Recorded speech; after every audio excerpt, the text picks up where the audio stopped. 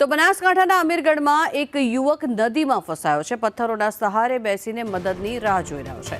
16 કલાકથી વધુ સમયથી આ યુવક નદીમાં ફસાયેલો રહ્યો। ગઈકાલે નદીમાં ફસાયેલા યુવકને બચાવવા માટે કામગીરી શરૂ કરવામાં આવી। એસડીઆરએફ દ્વારા યુવકને બચાવવા માટે પ્રયાસ હાથ ધરવામાં આવ્યા। રેસ્ક્યુ ન થાય તો હેલિકોપ્ટરની પણ મદદ લેવામાં આવશે। જો કે અચાનક પાણી આવતા યુવક નદીમાં ફસાઈ ગયો હતો।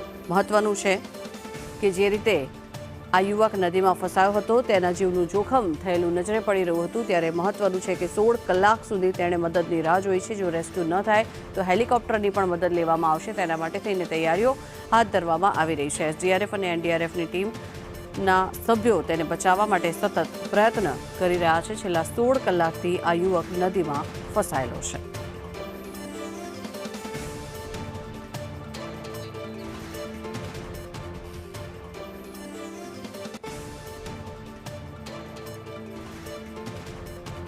તો સતત પાણીનો પ્રવાહ વધવાના કારણે થઈને આ સ્થિતિ અહીંયા સર્જાઈ છે। બનાસકાંઠાના આ દ્રશ્યો કે જેમાં એક યુવક નદીના પ્રવાહમાં ફસાઈ ગયો છે। પથ્થરના સહારે એ યુવક રાહ જોઈ રહ્યો છે। એસડીઆરએફ અને એનડીઆરએફની ટીમ દ્વારા તેને બચાવવા માટે સતત પ્રયત્નો કરવામાં આવી રહ્યા છે। ત્યારે મહત્વનું છે કે છેલ્લા 16 કલાકથી આ યુવક નદીના પાણીમાં ફસાયેલો નજરે પડી રહ્યો છે। આ દ્રશ્યો આપ જોઈ રહ્યા છો। તેને બચાવવા માટે પ્રયત્નો હાથ ધરવામાં આવી રહ્યા છે। એસડીઆરએફ દ્વારા પણ આ પ્રયત્ન કરવામાં આવી રહ્યા છે। વધુ માહિતી મેળવીએ સંવાદદાતા ધવલ જોશી જોડાયા છે। ધવલ, શું વિગત? આ યુવક અહીંયા નદીમાં કેવી રીતે ફસાયો છે? તેને બચાવવા માટે શું પ્રયત્નો હાથ ધરાઈ રહ્યા છે?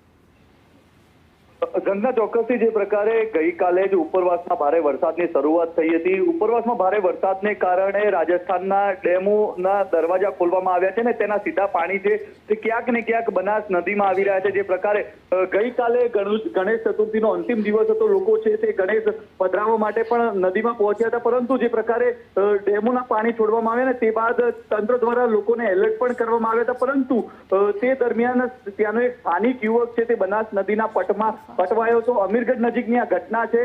ગઈકાલે સાંજના સમયે આ યુવક છે તે નદીમાં પાણીનો પ્રવાહ વધી જતા તે નદીની વચ્ચે એક પથ્થર ઉપર અટવાયો હતો। જો કે તે બાદ ઘટનાની જાણ તંત્રને જતા તંત્ર દ્વારા અનેક ટીમો છે તે ત્યાં મોકલવામાં આવી હતી। એસડીઆરએફની ટીમ છે તે પણ છેલ્લા 16 કલાકથી આ યુવકને બહાર કાઢવા માટે રેસ્ક્યુ ઓપરેશન ચલાવી રહી હતી, પરંતુ તે બાદ પણ આ યુવક છે તે બહાર ન નીકળી શક્યો। જો કે તે બાદ જિલ્લા કલેક્ટર દ્વારા હેલિકોપ્ટર માટેની જે રિક્વેસ્ટ છે તે પણ મોકલી દેવામાં આવી હતી, પરંતુ 16 કલાક બાદ ગણતરીની મિનિટો પહેલા જ આ યુવકને એસડીઆરએફની ટીમ દ્વારા રેસ્ક્યુ કરી દેવામાં આવ્યો છે। યુવકને સહી સલામત બહાર કાઢવામાં આવ્યો છે।